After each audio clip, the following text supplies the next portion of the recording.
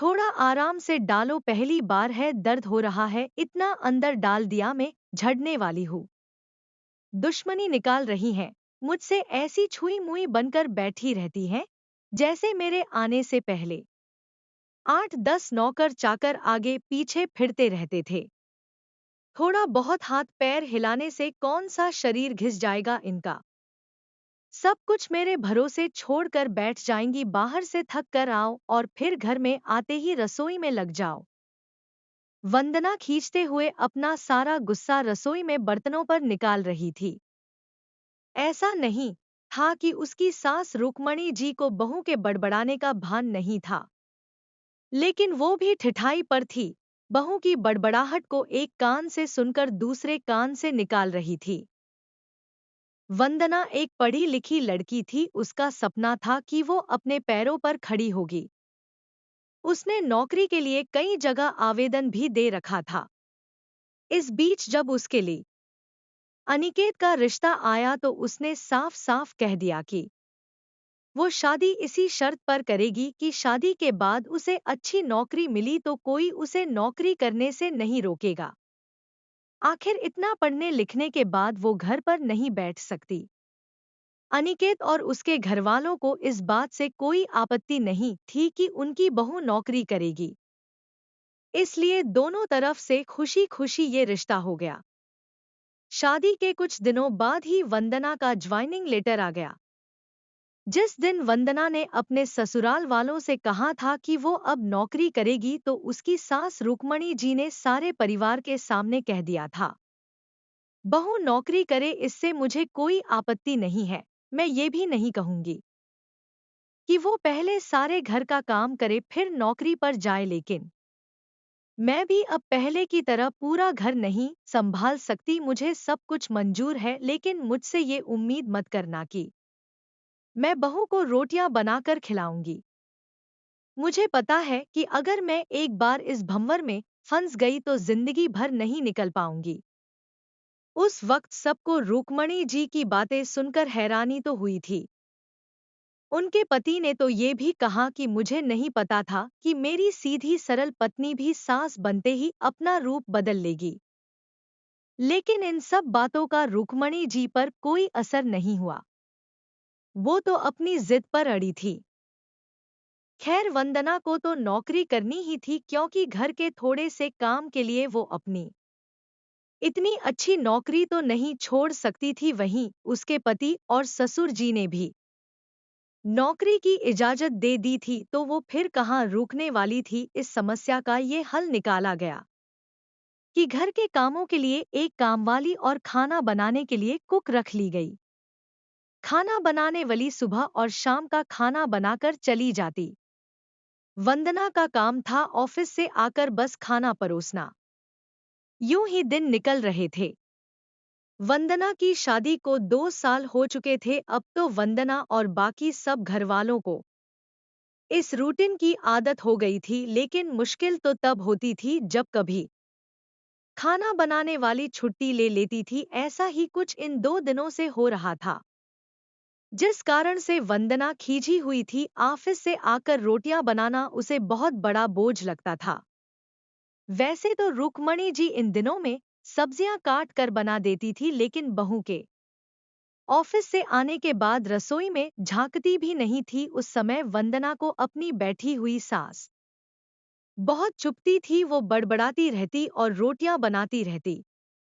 बाद में अपनी माँ से फोन पर भर भर कर शिकायत करती, जिसके बाद उसे थोड़ा सा सुकून मिलता था।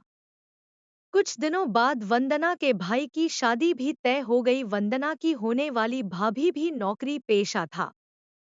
वंदना की माँ ने सगाई के वक्त ही खुश होते हुए गर्व से कह दिया, भाई मैं तो और सासों की तरह नहीं हूँ, जो बहू के आने पर हाथ धरकर बैठ जाऊं। जब अभी तक पूरा घर संभाल रही थी तो अब क्यों नहीं मेरी बहू को मेरी तरफ से पूरी छूट रहेगी। जब एक माँ अपने बच्चों को रोटियां बनाकर खिला सकती है तो बहू को क्यों नहीं खिला सकती।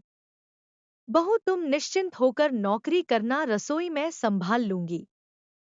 वंदना की माँ के उच्च विचार सुनकर उसकी होने वाली भाभी का पूरा परिवार और खुद वंदना भी गदगद हो गई। वाह माँ, आप कितने बड़े दिल की हैं। काश मेरी सास भी आपकी तरह होती। लेकिन मेरी किस्मत में ये सुख कहाँ, मेरी सास को तो बस हुक्म चलाना आता है।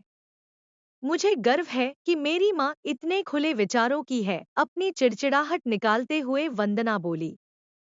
कुछ दिनों में ही वंदना के भाई की शादी हो गई और कुछ दिनों बाद ही वंदना की भाभी ने अपनी नौकरी ज्वाइन कर ली। वंदना की माँ भी अपनी बहू को हथेलियों पर रखती थी।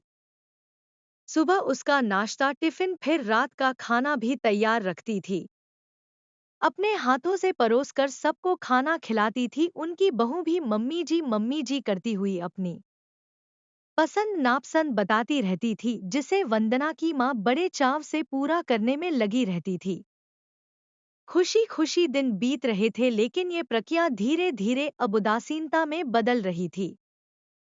वंदना की भाभी को अब कुछ भी ना करने की आदत पड़ गई थी। एक दिन जब वंदना फोन पर अपनी माँ से बात कर रही थी तो उसकी माँ बस रो पड़ी। बेटा, मैं इतना करती हूँ तेरी भाभी के लिए, फिर भी उसे मेरी कद्र नहीं। अरे, मेरी दी हुई छूट अब मुझ पर ही भारी पड़ने लगी है। क्या हुआ माँ, आप ऐसे क्यों बोल रही हैं?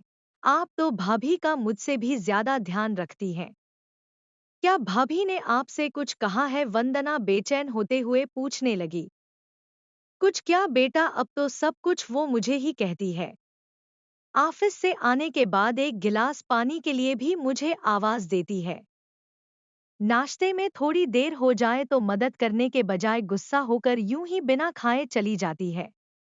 आखिर मेरा भी कुछ आत्मसम्मान है या नहीं? मैं तो उसके लिए बस कामवाली बनकर रह गई हूँ। माँ, ये तो बहुत गलत बात है। आप भाई से साफ साफ कह क्यों नहीं देती कि अपनी बीवी की लगाम खींच कर रखे? आप माँ हैं, कोई नौकरानी नहीं। भाभी नौकरी करती है, इसका मतलब ये नहीं कि आप पर हुक्म चलाएगी। गरजते हुए वंदना बोली। किस मुंह से कहूँ बेटा, पहले तो खुद मैंने ही आगे बढ़कर कुल्हाड़ी पर अपना पैर दे मारा। फिर शिकायत किससे करूं? तेरे पापा ने तो कहा भी था कि बहू को ज्यादा छूट दोगी तो बाद में पछताओगी। लेकिन मैं ही बड़ाई की भूखी थी जो अपनी बहू को सर पर चढ़ा लिया। एक बात कहूँ बेटा, तू चाहे अपनी सास को कुछ भी कह, लेकिन समधन जी का ये फैसला सही था कि वो बहू को रोटियां बनाकर नहीं खिलाएंगी। एक बार वो सबकी नजरों में बुरी अक्खड़ सास तो बन गई, लेकिन आगे के लिए कम से कम अपना आत्मसम्मान तो बचा लिया। अब ना तो तू उन्हें कोई ताना दे सकती है और ना ही कोई रिश्तेदार। काश मैंने भी शुरू से ही ये घर गृहस्थी की पूरी जिम्मेदारी अपने सिर पर लेने से इनकार कर दिया होता तो आज मेरा ये हाल ना होता। माँ की बातें सुनकर वंदना निशब्द हो गई। भारी मन से उसने फोन रख दिया। बाहर हाल में आकर देखा तो सास ससुर आराम से बैठकर बातें कर रहे थे। बातें करते करते उसकी सास अपने नाखूनों पर नेल पेंट लगा रही थी, जिसे देखकर ससुर जी उन्हें चिढ़ा रहे थे। अब बुढ़ापे में ये फैशन करके किसे दिखाओगी? मेरी तो नजर भी कमजोर हो गई है। किसी को नहीं दिखाना मुझे, मैं तो अपनी खुशी के लिए लगाती हूँ। सारी उम्र तो घर गृहस्थी में उलझी रही, अब अवकाश का वक्त आया है तो अपने शौक तो पूरे कर लूं। पता नहीं कब भगवान के घर से बुलावा आ जाए। वंदना की सास मुस्कुराते हुए बोली। पता नहीं आज क्यों वंदना अपनी सास की बातें सुनकर चिढ़ नहीं रही थी, बल्कि वो भी मुस्कुरा उठी। सही तो कह रही हैं मम्मी जी, एक गृहिणी को अपने लिए वक्त ही कब मिलता है। पहले अपने बच्चों को पाल पोस कर बड़ा करो, फिर कामकाजी बहू आ जाए तो उसे और उसके बच्चों को संभालो। काश मेरी माँ ने भी मेरी सास की तरह पहले ही कह दिया होता कि बहू को रोटियां बनाकर नहीं खिला सकती।